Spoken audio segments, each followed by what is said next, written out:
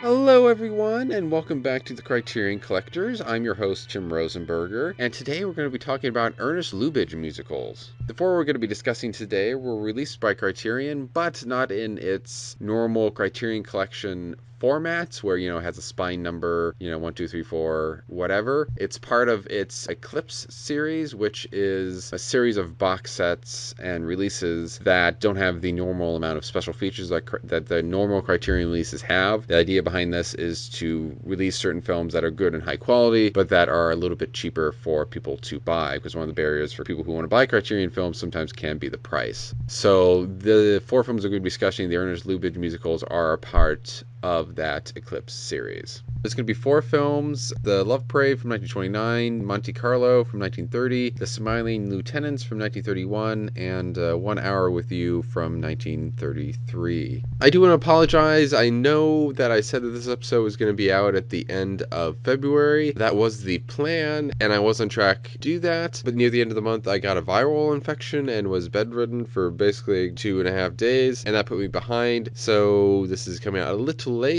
That means that we're gonna have this episode, and then at the end of the month we'll have another episode, and then we should be on a monthly schedule, hopefully. My guest today is a returning guest. She's a film fan, and she's a writer for fthismovie.net. Please welcome back to the show, Rosalie Lewis. Rosalie, thanks for coming back on. Thanks so much for having me. And I couldn't be more excited to talk about Ernst Lubitsch. He's one of my favorite filmmakers. Yes, and I was really excited to be talking about this because we're going to be talking about early movie musicals, which is one of, for some reason, my favorite kind of, if you could call it a genre, a period of musicals, a genre. But I love early movie musicals. They fascinate me for some reason, partially because of their style, partially because of their kind of awkwardness, especially at the beginning of the 30s and end of the 20s. And so, yeah, they're one of my favorite movie time periods and genres to explore. And for a little bit, I did want to talk about some early musicals, because for those who don't know, in the late 20s, like 1928, 1929, and into the early 30s, Hollywood made a lot of musicals. They made a lot of musicals to the point that the market was oversaturated with them, and they kind of died out or at least were greatly diminished for a while, until they could find a way to reinvent them a bit and kind of renew their popularity, at which point, obviously there were tons of popular golden age musicals. The musicals we're talking about today are different from what you may be picturing in your head as early Hollywood musicals, but do you like that kind of era of kind of, late 20s, early 30s musical movies? I have to say that the Lubitsch ones were actually my first deep dive into that time period when it comes to movie musicals. I was, of course, familiar with things like Singing in the Rain or, the stuff like 42nd Street, things like that, but I hadn't really done a deep dive on those early musicals until I got into the Lubitsch ones, and I completely agree. They sometimes have a little bit of charm in their awkwardness. It's like they're still sort of figuring out how to transition from the silent era into something where we have full range of sound, so not just the ability to talk, but the ability to sing. And they're still sort of figuring out choreography and things like that, but it's an interesting time period for sure. Yeah, and these musicals, they're not particularly showy, the ones that we're going to be talking about. This leans more towards the small in what they're doing, but I went into these movies particularly blind, and I was pleasantly surprised in some ways and disappointed in others. But I think you said at the top, you've been kind of a much longer of a fan than I have. So what were some of the things that you like about this Lubitsch as a director, and especially his approach to musicals? Well, the thing I love most about Lubitsch is his comedy. So he has a very quick wit. I feel like he injects humor into everything, even something that could be serious. And he tends to do it on all fronts. So visually, he uses a lot of wordplay. It's not quite like Marx Brothers in that way, but there's definitely a lot of like funny back and forth and double entendres and things like that. And then the Lubitsch touch is the phrase that people apply, and that's more to the overarching themes of silliness that he kind of injects in, and the visual jokes and the things that you might miss on the first time you watch, but then you pick up on it later. So very clever filmmaker. He has a lot of attention to detail. And in many of his films, going all the way back to his silent pictures, I feel like he played a lot with gender norms, which was unusual at the time. So, for example, there's a movie short that he made in I want to say the 1910s, called I Don't Want to Be, or I Want to Be a Man. And it's all about this woman that she's tired of being a girl because of all the constraints that puts on her. So she actually masquerades as a man for one night. And it's a very progressive kind of, I mean, progressive for its time. Now we probably look back on it and kind of laugh at its hokiness. But, these are the types of things where he doesn't mind kind of playing with conventions and defying our expectations when it comes to gender norms. And I think we'll see that as we talk through these movies. Yeah, everything you said is true, and I think we'll get some examples of that as we kind of dive into the movies proper. Those are the charms with yours need not be told. No other arms but yours could ever hold me. Lips of Lucy, beauty of Camille, you are my dear, my love parade.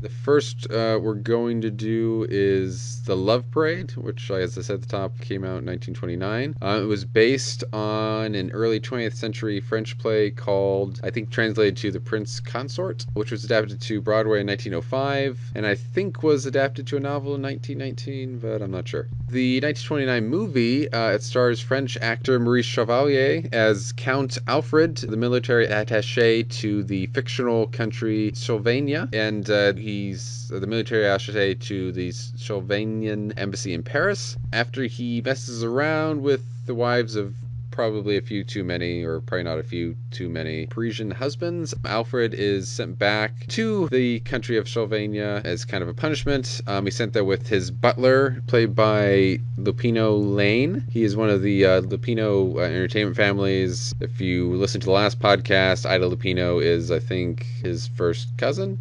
Anyway, and Alfred quickly falls in love with the Queen of Slovenia, and she quickly falls in love with him. The Queen is called Queen Louise, and she's played by Jeanette MacDonald. And the whole country is pretty much very excited that the two have fallen in love and are quickly set to get married, because the Queen has been turning down suitors left and right, and the country has been waiting years for the Queen to get married. A snag forms in the love relationship, though, when Alfred, who becomes the prince, not the king, has no authority over anything, and he has absolutely nothing to do. And he quickly gets fed up with his boring life and being submissive to a woman.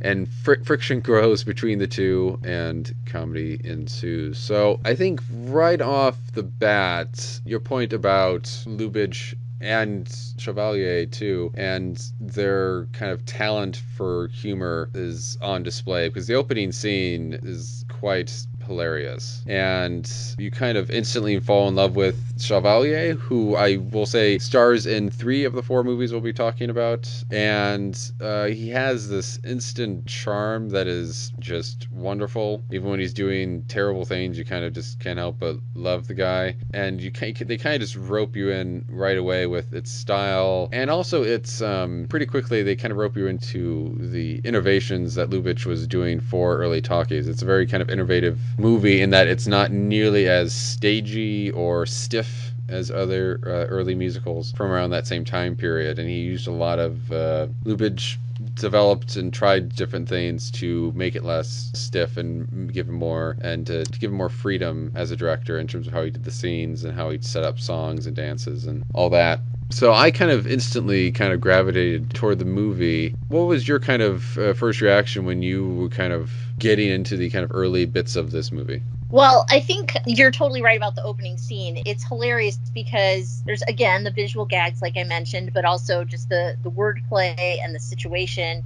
Basically, one of the husbands whose wives he's hooking up with walks in on the situation, and there's violence that ensues, but it's comic. There's a gun involved, but it's really just shooting blanks. And then the 2 gentlemen are trying to figure out why the gun isn't firing, and they completely forget why they're mad at each other at all. And then later on, when he first meets the queen of the other country, the woman he'll eventually marry, she's pretending like she's all upset at his exploits and how he's shamed the country, but then she's secretly titillated by it and kind of wants more.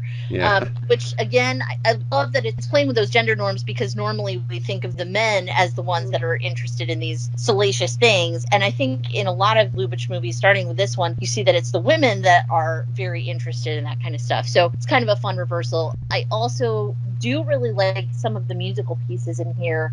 I don't know about you, but I think Anything to Please the Queen is absolutely fantastic. You mean you'd really do anything to please the Queen? Everything to please the Queen. Morning, noon and night. I'm yours to command me. You want me good? Then I'll be good. You want me bad? Then I'll be bad. I mean, I could be both if you demand me. Understand me. What if I demand your head? Perhaps you'd like my arms instead. I've lost my head the moment I saw you smile. And then there's another song called Let's Be Common that was also really fun. That's a duet between the two servants, Lupina Lane and Lillian Roth. She plays like one of the maids or servants maid, of the Queen. Or the farmer's daughter, I should say, as well, of note, apparently, in a story that we never hear. Snuggle near, baby dear, why so haughty and severe? Let's get together and cuddle up right here. Bear in mind, I'm refined, and I'm not that way inclined. Where's your proper pride? Why be so dignified? Squeeze me once, squeeze me twice. It's most improper, but oh, it's nice. Let's be common and do it again. But yeah, it's just a really fun interchange, and you kind of see them making these little winking expressions at each other and alluding to things rather than outright saying them, which honestly just makes it sexier and funnier. So Yeah. a lot of fun. Yeah, and Lupina Lane and Lillian Roth, they'd have, I think it's during that number, they have some great dance bits. And Lupina Lane, the move I'm remembering particularly, has this thing he does a couple times where he's mostly on the ground. I don't know if he's doing the splits, but he's like on the ground, and he does this weird, like, defying gravity move where he somehow gets up, moves back up, straight up, with only using one leg. And it's just this really weird and terrific dance move in this whole kind of great two-step thing that they're doing together. And that's probably one of my favorite bits of the movie. Is there's not a lot of dancing in these movies in general, but this is probably the most dancing you'll see out of these four films. But when they do dancing, they do it very excitingly. No, their dancing is great. That's actually something that I wrote in my notes too, is that the dancing between those two in particular. I mean, some of the other dance numbers, or some of the other songs I should say, are a little, more subdued. They're singing, but they're not really moving around. But those two definitely get a chance to strut their stuff, which is really fun. I have to call out the scene right after the two get married where there's cannons going off the night that they're supposed to, consummate things. Yeah. And he asks how long the cannons are going to be going, and she says, oh, well, I've ordered 300 cannons, and for every cannon you have to kiss me. And then they kiss, and she says, now I wish I ordered 400. And it's just, again, it's a chance for a woman of that time to show her own, lust, and that's kind of refreshing, and it's really just a fun scene. I enjoyed that a lot. Yeah, and to her kind of presentation of her the Queen's character, at the beginning of the movie, the people around her are kind of desperate for her to find a husband, but she's not really that interested in it, and she doesn't feel, in a kind of refreshing way, she doesn't really feel pressured anyway to get one. She's kind of just fine with not having one, and I think that was kind of a nice thing to do, where she's not this woman who's like, oh, I need a husband. She's like, no, I'm fine as I am. Yeah.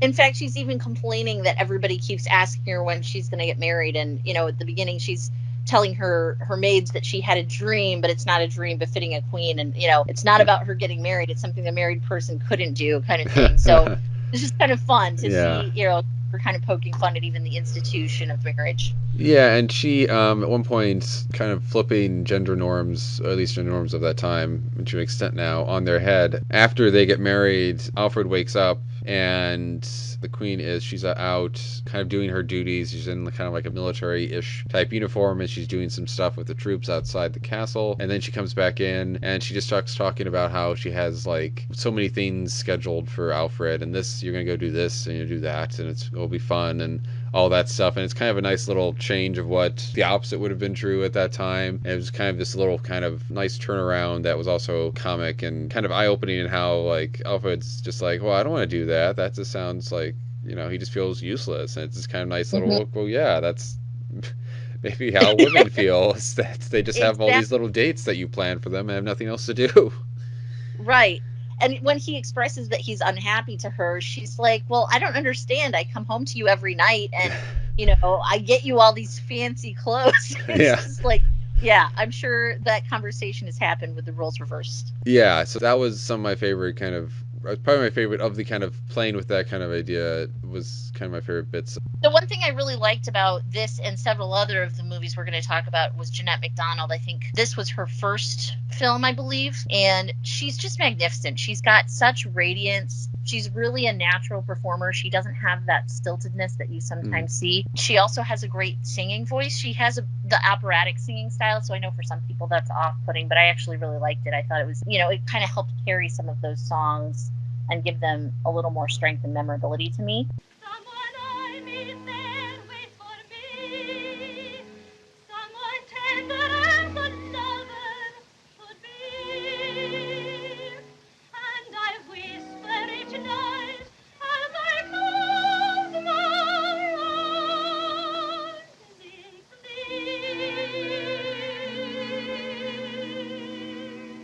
And she's also just very charming and bubbly. You mentioned Maurice Chevalier and how he has that natural charm, and in some ways he's a big personality on the screen, so it might be hard for some people to compete with that. But I thought that the two of them played off each other really well. Yeah, she was good in this, and she did kind of match Chevalier's energy, who, I mean, he's just kind of this over-bubbling center of joy. He's just always has this, a lot of times he has this big kind of mischievous smile on his face, and she matches that energy really well. You shall be ordered to grow a beard. And am I to be permitted to attend your majesty after the beard is grown? Certainly. I shall want to see that my instructions have been obeyed. Then I fear your majesty will regret the order. I look terrible in a beard. Really? Oh, dreadful. Oh, I grew one once to see. Oh, it came out all red and scraggly. Oh, no. No, I assure your majesty, it would be the most awful-looking beard in Sylvania. And that's saying a great deal. Well, then don't grow it. No, your majesty. Don't do it. No, your majesty. No beard. No, your majesty. You promise me. My word of honor. And I do want to give a shout out to, if we're getting shout outs, I do want to give a shout out to Lillian Roth, who, I know I mentioned she was a good dancer, but she also is, I think, a good actress and has her own kind of, like Jeanette MacDonald, she doesn't shy away from the sexiness of her role and kind of just dives into that with no kind of shyness or just kind of inhibition. She just kind of does it and seems to have a lot of fun with it. And her part was actually one of my favorite parts of the movie. I actually kind of wish there was a bit more of her in there, but again, she's not going in it with any kind of shame about, you know, what women should act like and stuff. She's just kind of having fun. Yeah, she really owns it. And I think that the servants and the maids and the side players in some of these other movies we're going to talk about, I like that all of them feel like real people. They don't just feel like side characters in a way. I could totally watch a movie about her or any number of other people that we're going to see in other films we talk about as well. So I think that's another strength of Lubitsch, that he does a really good job of establishing those characters as not just background. I will say, like I said, Maurice Chevalier is great, a lot of charm, a lot of wit. He does great with the comedy bits that he has. I do think the romance gets maybe a little bit too manipulative and nasty by the end of it, which I think ruins part of the fun of it, because he just kind of gets fed up and just starts kind of messing with her so he can get his way, which I thought was a bit, I kind of lost some of my sympathy for him at that point. Yeah, it was a bit of a bummer towards the end, and I think that's where it is a product of its time, because they end up going a slightly more conventional route in the end, but the build-up sure was fun.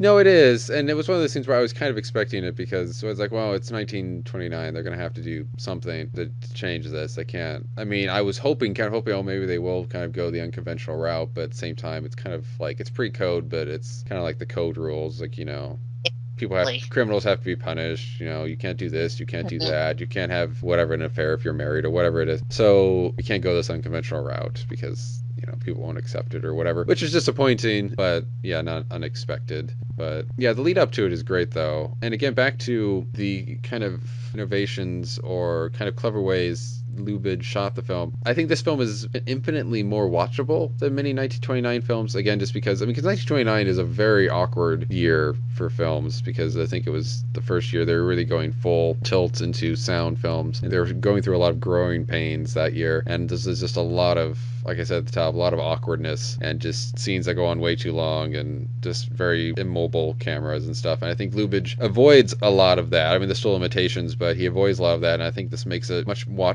watchable film than, most other films from this time period. Yeah, fully agree. And, it's kind of crazy to think that it's only a year or two removed from silent films, because it does look more modern than you might expect if you're going from 1927 to 1929. Mm-hmm. So I like seeing that giant leap forward. Blow, whistle, blow away the past. Go, engine, anywhere, I don't care how far. On, from darkness into dawn, from rain into the rainbow, die with me. Gone, gone, all my grief and woe. What matters where I go if I am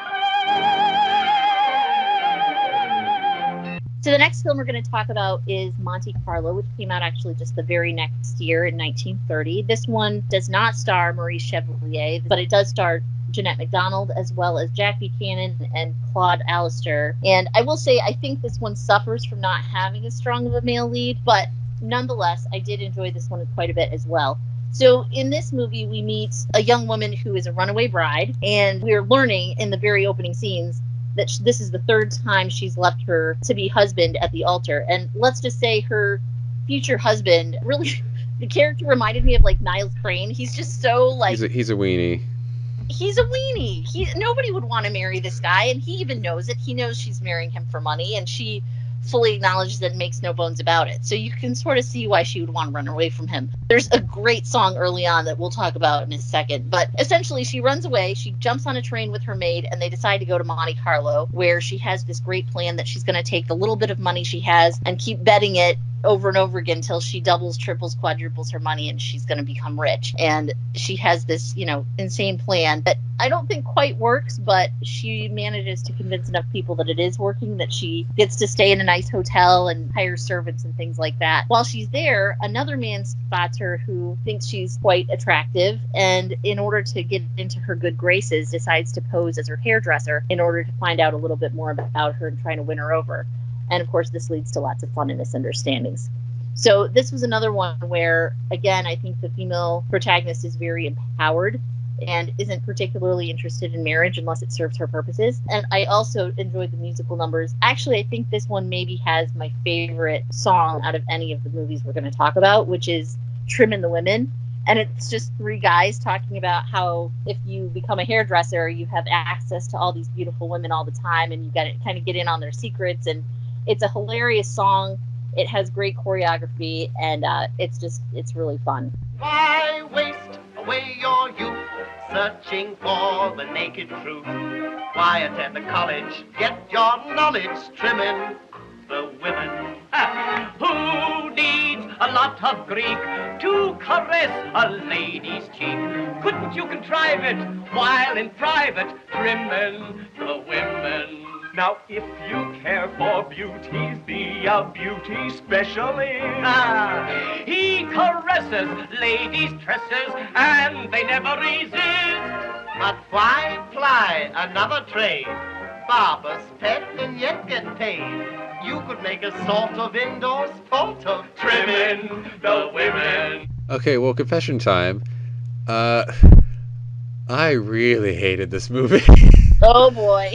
I really hated it, and I watched it with my wife. She watched 3 of these movies with me. She didn't watch Love Parade. She watched the other 3 primarily because I had to. That's the only time I could watch them. And she, I think, hated it even more than I did. And she was having none of this, and I was quickly having none of it too. I think my primary problem with the movie is that Jackie Buchanan's character is really, really, really creepy. That is true. He is so creepy. I mean, he is... I've never seen a character unintentionally be this creepy than in this movie. Because I know they weren't trying to make him creepy, but he's just, like, almost everything he does I found creepy. Like, he talks in a creepy voice at one point to her.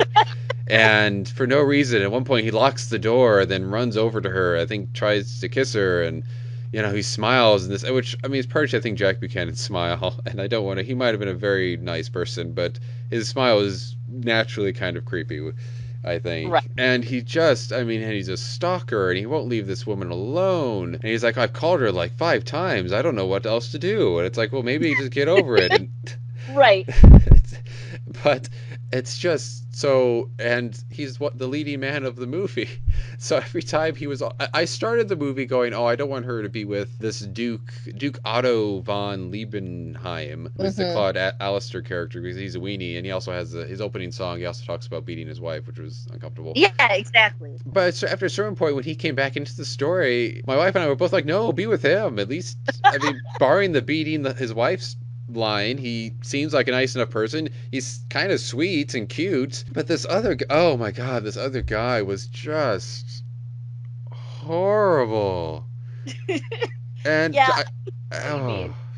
I can definitely see what you mean. Like, I didn't really think about that as much as I was watching it, but looking back on it, you're 100% right. He's a total stalker who completely manipulates her and, Yes. you know, takes a fake job just to get access to her. So in other circumstances, this could easily be like a horror movie. Yeah, I mean, at one point he cuts her hair and takes a lock of it and just puts it in this little watch thing or something that he has. That was creepy. I actually did look at that and was like, what is he doing? Like, why is he stealing her hair? That is so weird. He's like the embodiment of the person who, like, is going to stand behind a woman and just, like, sniff her hair in this kind of very obvious, weird way. And he's just so... Oh, God. Yeah. I hated him so much. Now, I have to ask, do you think you would have liked him at all anymore if it was played by Maurice Chevalier?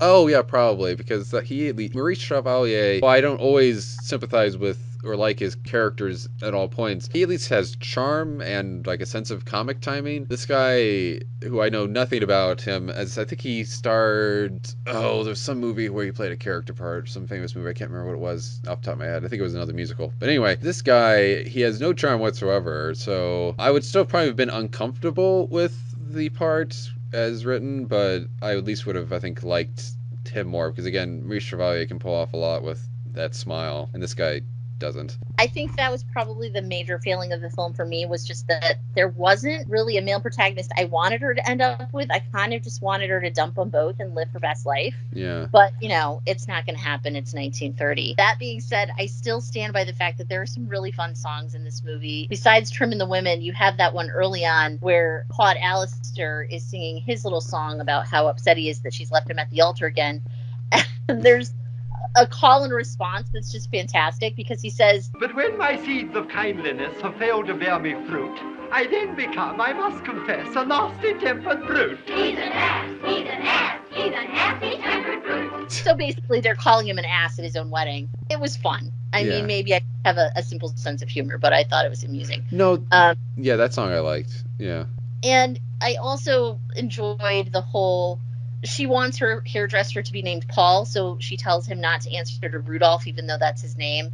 And so when he is called on the phone, the person on the other end wants to speak to Rudolph, and she hands him the phone, and he says, Hello, this is Paul. Paul. No, Paul. R-U-D-O-L-P-H. Paul. and that made me laugh too. So little things like that. I mean, it doesn't fully redeem what you're talking about, but I still enjoyed myself for the most part. Yeah, I think I gave it... I've been using Letterboxd a lot lately this year, and I gave Love Parade with 3.5 stars. I gave this one a half star because there were some jokes and stuff that I liked. There was some funny stuff in it. Not a lot for me personally, but yeah, the Paul spelling out Rudolph instead of Paul was funny, and there were some other good gags that I can't think of off the top of my head that were good, but they're kind of few and far between. And yeah, I just got more distracted by the idea that, you know, this woman's gonna get with this horrible, creepy McCreeperston person. So You know, it's funny. There was a moment in this movie that I was like, oh, I wonder if this inspired Parasite. And that might be a weird thing to say, but he's talking to his friend, and he's talking about how, oh, you know, I happened to tell her I was a good driver. The next thing I knew, the driver was fired. And then I told her that I was a good, like, servant, and then she fired her servant. And he's already her hairdresser. So it's kind of like Parasite, where they get the family to get rid of all their actual help and they just take over. Yeah. Except it's one guy doing it, and he's doing it so that he can, you know, hook up with her. So definitely a little creepy. You're right, but I think I can't remember now. I think I thought of Parasite too, probably during that same scene where he's talking about becoming the driver. So yeah, there's some parallel there. But yeah, I mean, yeah, the biggest fault is just Jack Buchanan. Again, quite probably maybe a wonderful person, but just was given a creepy part, and maybe not a good direction from Lubitsch, and probably for me, probably the worst aged of the four films, because it just can be very awkward. And now I've stood enough. I have to treat her rough and show her I am capable of caveman stuff. She'll love me and like it. When I start to strike, it will not be tenderly. Why don't we talk about gender politics? Because these films have, how should I say, questionable gender politics at times. I think you can guess what some of them are. You know, the stuff with Love Parade, while it does kind of play with gender norms and stuff, ultimately the resolution is rather sexist, and, you know, it's a lot about, you know, men dominating women, and men can't be submissive, they're men. And then this woman in Monte Carlo, you know, Jeanette MacDonald getting together with this creepy guy because it's really attractive. It's really a positive when a guy just won't stop bothering you. It's charming because he means he loves you, because he won't stop and stuff. It's this really kind of backward stuff that you kind of see in all of these movies to a certain degree. Some of them less and more than others. While yes, he's not, like you said, he's kind of progressive in certain ways, and he's not unsympathetic to women, and he gives women kind of an interesting stuff to do, especially for that time period. He kind of, I think, is more on the side. Lubitsch is more on the side of, and the writers are more on the side of the male characters in terms of their actions and the morally questionable things that they do. Yeah, it's interesting because I feel like the women in these movies have freedom, you know, in all regards, including sexual, up to a point. But then there comes a point where, you know, we're going to revert back to the way that society wants us to be, which is that women are, you know, submissive, and that if you have somewhat questionable morals as a woman, that you're going to probably suffer for it at some point. So, yeah, a little disappointing in that way. But I guess for me, the fact that he's at least taking issue with some of the gender things back in the day helps to make up for it, because it's not going unquestioned. It's at least kind of pushing on those boundaries and making the audience think about it a little bit more instead of just accepting it. Yeah, and like I said, he is calling out some of the male women role stuff, but some people might find them a bit awkward in some of those respects, and maybe won't respond terrifically to some of the stuff that he is kind of presenting as acceptable, aren't really acceptable anymore. Two arms, we are used to night alarms. We're always facing powder. The girls give in, we weaken but we win, and march home feeling prouder. We're on a parade each evening in the park. We are not afraid to skirmish in the dark. We're famous near and far for our ra-ta-ta-ta-ta-ta-ta. Toujours l'amour in the army. I found very little to question in the third film that we're going to talk about, which is a film from 1931 called The Smiling Lieutenant, which was based off a 1907 opera, which was composed by Oscar Strauss, who I believe did, some of the music for the movie, and I think did the main musical stuff for the last movie we'll talk about, which will be 1 Hour with You. But the operetta was also based on a 1905 novel, and the 1931 film follows Lieutenant Nicholas, aka Nicky, played by Marie Chevalier, who falls in love with Franzi, who's played by Claudia Colbert. Franzi is a violinist and leader of an all-female orchestra that just tours and plays music, at late night outs for couples and all that. She is exciting and sexy, and I would maybe use the term with it. She's just kind of cool, and Nicky and Franzi have fallen in love. They're really hitting it off, but then he accidentally gets married to the visiting princess from Flausenthurm, and that princess is Anna, played by Miriam Hopkins, and he talks his way out of a death sentence by claiming that the kind of wink and smile that he gave as the princess and her father, the king, played by George Barbier,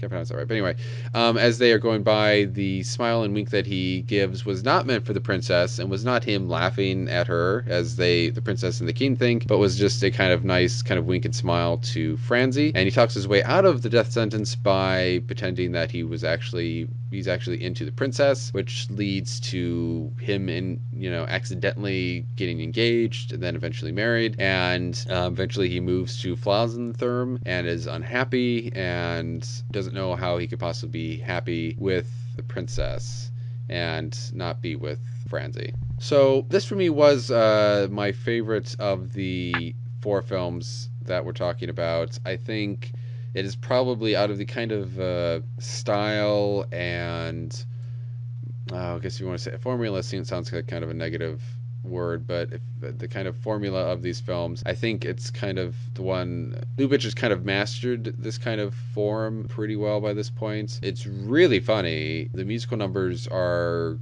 great. There's this ongoing gag with the ra-ta-ta-ta-ta-ta or something like that, which Marie Chevalier does.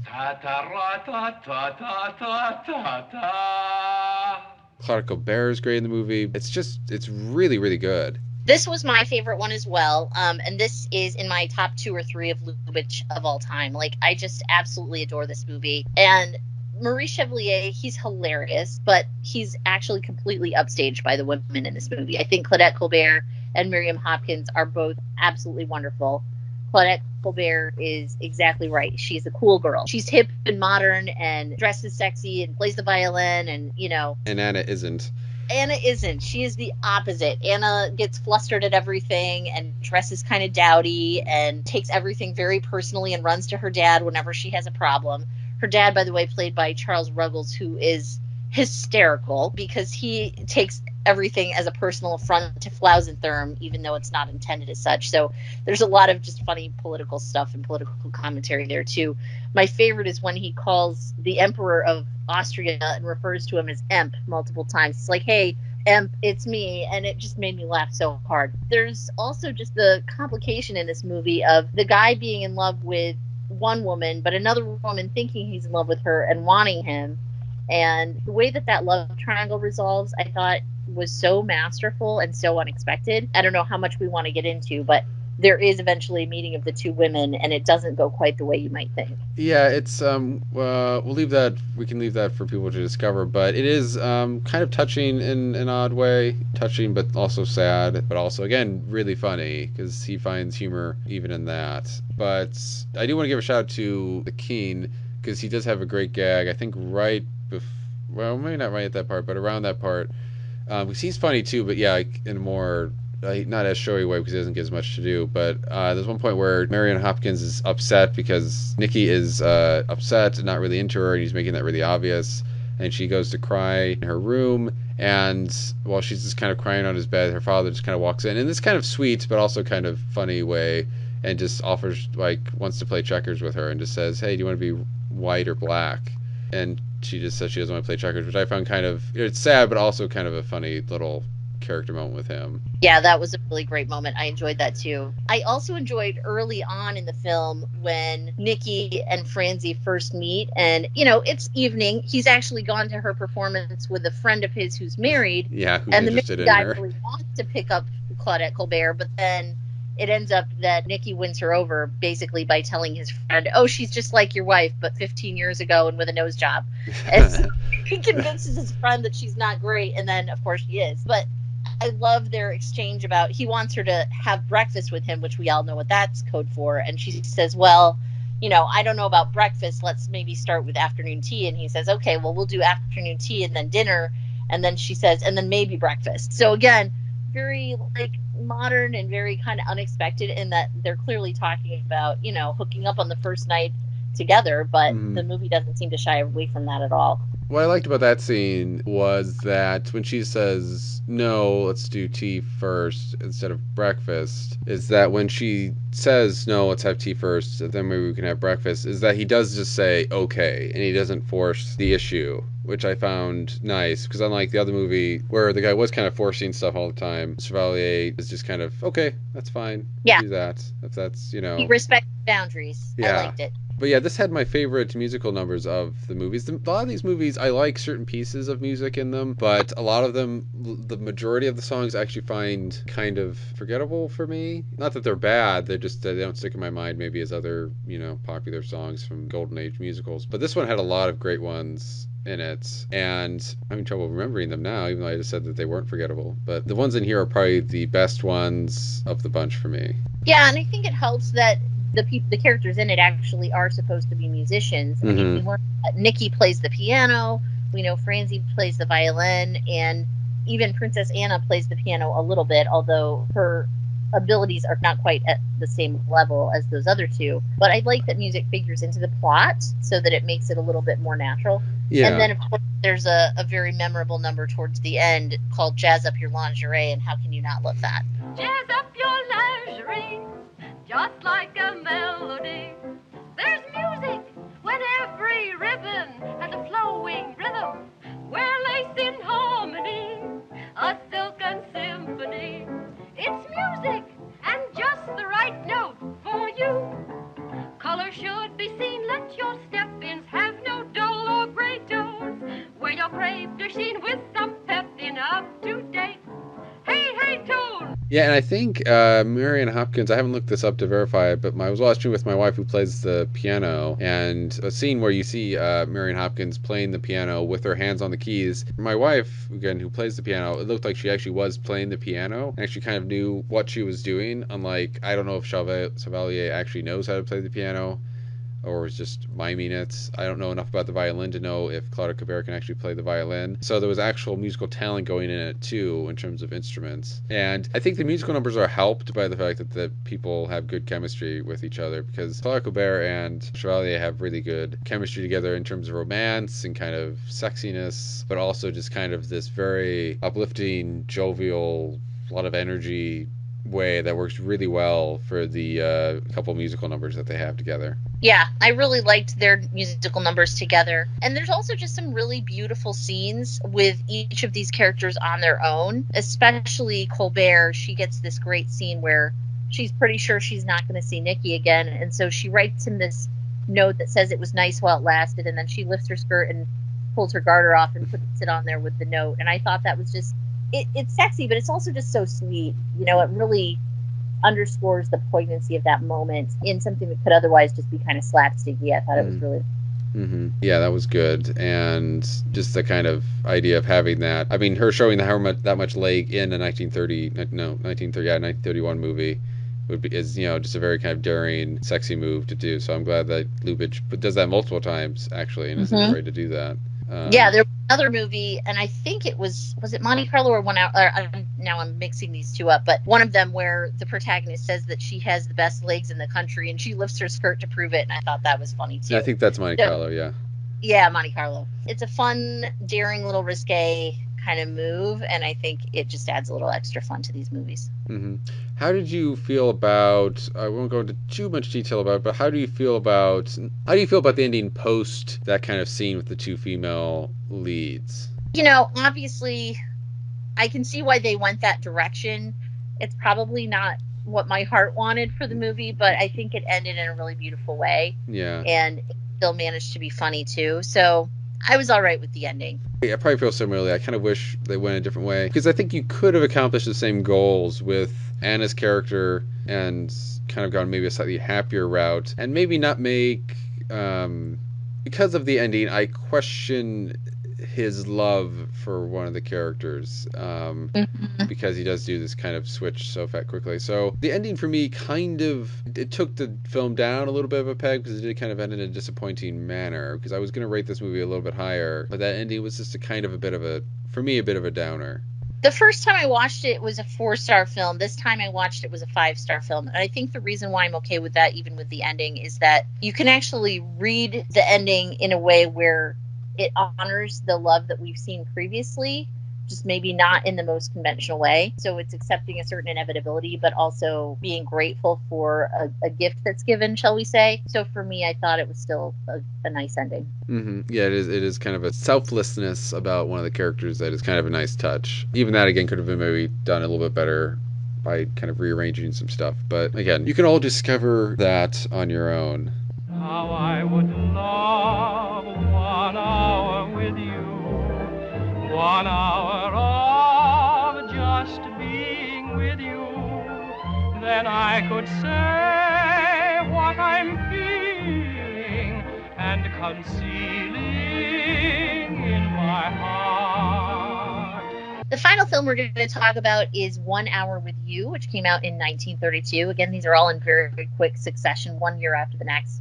This one is another pre-code comedy, and once again stars Maurice Chevalier and Jeanette MacDonald. So we start where we ended and we end where we started. And Charles Ruggles appears once again, who was in the previous film, as Adolphe. So in this story, we have two couples, Dr. Andre Berthier and his wife Colette, which is played by Chevalier and MacDonald, and then Genevieve Tobin as Mitzi Olivier, and her husband, Professor Olivier, is played by Roland Young. Then we also have Charles Ruggles playing Adolphe, as I mentioned. So in this case, we start out with a very happy couple, the Berthiers, and they're singing to each other about how great marriage is. And then, it doesn't seem to take long before their eyes both stray to other people, which is interesting. This is actually based on, I believe, a silent film called The Marriage Circle. That was The Marriage Circle was 1924, which was also directed by Ernst Lubitsch. I think that in itself was also based off of something. I want to say it was based off of a play. I would have to double check that. But yeah, anyway, he's remaking a silent film that he made. And another interesting thing about this movie is that George Cukor, who should be a familiar name to classic fans, helped direct it and potentially also helped adapt it. So you're getting a mix of two very talented directors/writers who both, I think, do wonderful work, and I think it's cool to see them team up. So in this one, I think, again, Maurice Chevalier plays a bit of a cad, but he's a likable cad. Jeanette MacDonald is a total sweetheart, and I don't know how anybody could cheat on her. And the best friend character, because the person that Chevalier is interested in is actually his wife's best friend, who's extremely flirtatious for a married lady. She's kind of the worst best friend ever, but nonetheless, a super fun movie. Even if there were certain things about it I was groaning inwardly, but it was fun to watch it play out. And I also really liked a lot of the musical numbers here too. Well, I will start with my positives about the movie. It has a really great beginning with policemen. They're trying to get all the lovers out of the parks, all making out and stuff, and that's funny. And the fact that Chevalier and MacDonald are claiming that they're married, and the policeman doesn't believe him. We don't believe them at first either, and then eventually find out that it's true, they are actually married. And then they have this scene in bed together after they get back from the park. They're going back home to do what you can assume, and they turn off the lights, and then Jeanette MacDonald starts talking about her best friend who's going to come visit, and she keeps turning on the lights, and Maurice Chevalier just keeps talking about how he'll be fine talking about it in the morning, and then she turns the light on again, and it's like, my friend Mitzi's coming to visit. Not Mitzi. Yes, Mitzi. Oh, Mitzi. And he turns the light back off and goes back to Yeah. Well, bed. and the last time he actually unscrews the light bulb as she's talking. So if she puts it back on, it won't work. Yeah, that was probably the funniest part of the movie for me. It is really, really funny. Probably out of probably all the films, probably some of the best Chevalier bits. What did you think about him speaking directly to the camera? This is the first movie I've seen him in where he breaks the fourth wall and he talks directly to the audience. Well, he did do it a little bit, and he does a little bit in all three of the movies. He does it at the very beginning of Love Parade. I don't think he ever reprises it in that movie. And he does it a little bit in Spy and Lieutenant, but again, not a lot. But 1 Hour with You is the most he does it. This is the most fourth wall breaking. He does it here and there throughout the movie instead of just at the beginning or end or whatever. I thought that was fine. I like that. And I like that they kind of are more consistent with it because like in Love Parade, again, I think he really only does it at the beginning of the movie and it just kind of stops. And it was kind of, when I thought back on that movie, I'm like, oh, they kind of introduced this one thing, then they never kind of went back to it. And it just seemed kind of odd in retrospect that they only did it like once.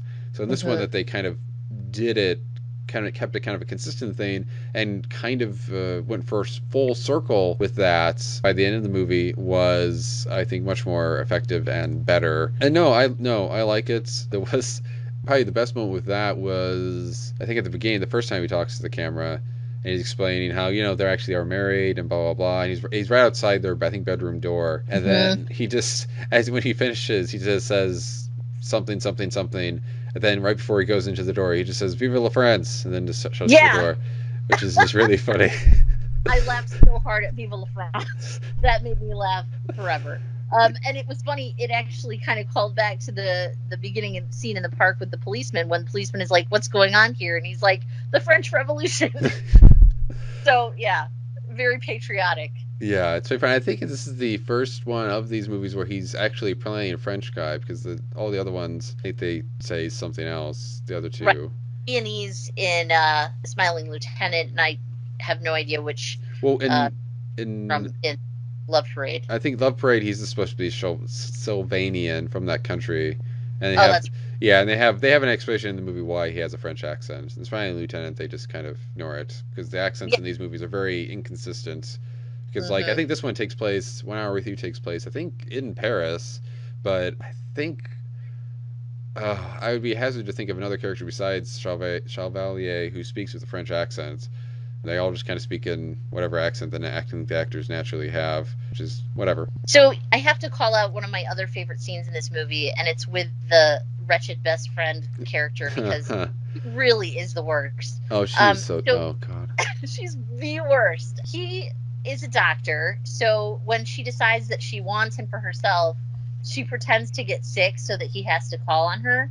And so while they're over there playing doctor, and she's basically trying to seduce him, her husband, who suspects her of cheating on him, which he's pretty smart at, walks in and thinks, he's caught them, which they haven't really done anything yet. But it's so funny because the introduction that happens, Marie Chevalier is like, hi, I'm Dr. Andre Butler, Berthier, whatever, physician. And then her husband says, I'm Dr. Professor Olivier, ancient history.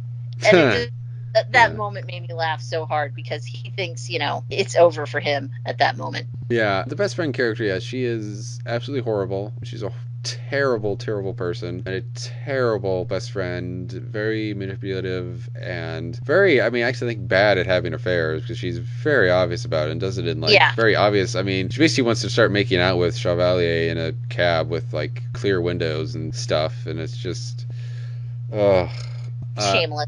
Yeah, shameless. And I have to say, maybe to move into some of my negatives about the movie, is I was much more down on this movie than I was up. I was very up on Smiling Lieutenant. I was very down on this one, just because I found it hard to sympathize with anybody, because even Maurice Chevalier, who I find very charming, I found difficult, because he's basically, starts thinking about cheating on his wife, who he says he loves, but then, he makes up these excuses about, I'm not responsible for my actions and all this stuff, which I found very just terrible excuse, and again, kind of that backward, badly aged gender politics stuff.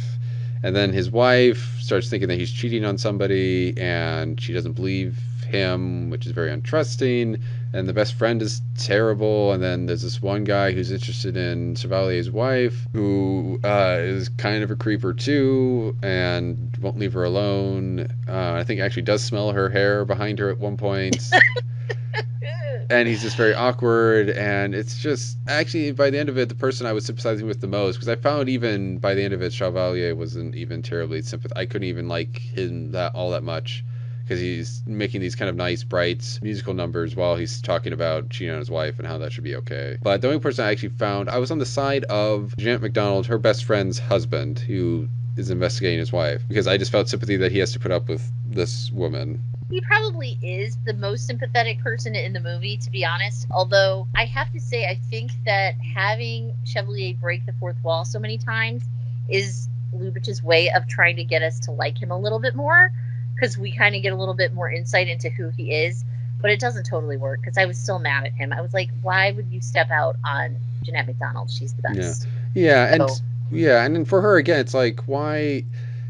If you both love each other, why aren't you trusting your husband a little bit more? Because even when he is telling the truth about, I'm not having an affair with this person, because she thinks she's having an affair with somebody else, and the best friend is trying to make her think that, she doesn't believe him. There's like no trust in that relationship at all, and it's very frustrating. Yeah, definitely. The only positive way to read that is that this is Lubitsch's critique on marriage as an institution, and not necessarily something to take literally. Which I know a lot of people don't have problems with this stuff, some of the gender stuff, and this movie in particular, and the way it goes. And, maybe in some senses I'm taking it too seriously, but I don't know, I was just bothered by it. And for me, it's kind of like if you took the ending to Love Parade, but you made that like the entire movie. You have this kind of just unhealthy, manipulative relationships, but you have it throughout the entire movie, which thankfully for me was 78 minutes long. But so I like this more than Monte Carlo, because Chevalier's in it. There's some good gags in it, but I really couldn't rate it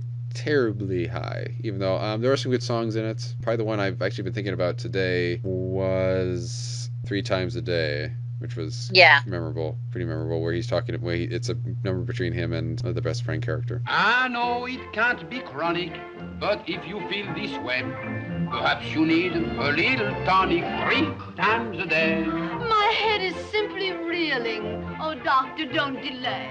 How often do you get this feeling? 3 times a day. You seem to be in perfect shape, as far as I can see.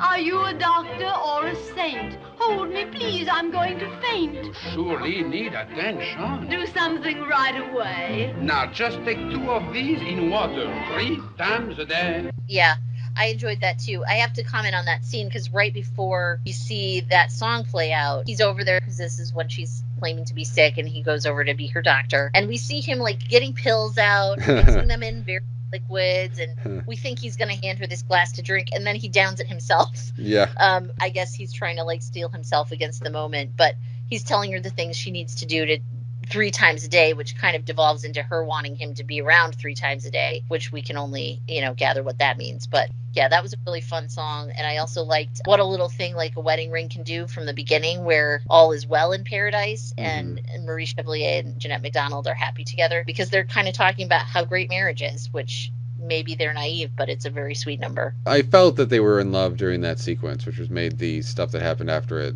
kind of more unpleasant, because they did actually seem happy, but they maybe weren't really as in love as they're claiming to be with some of their actions that they do in the movie. What a little thing like a wedding ring can do. It can even give me the right to live with you. We don't have to care if the whole world knows.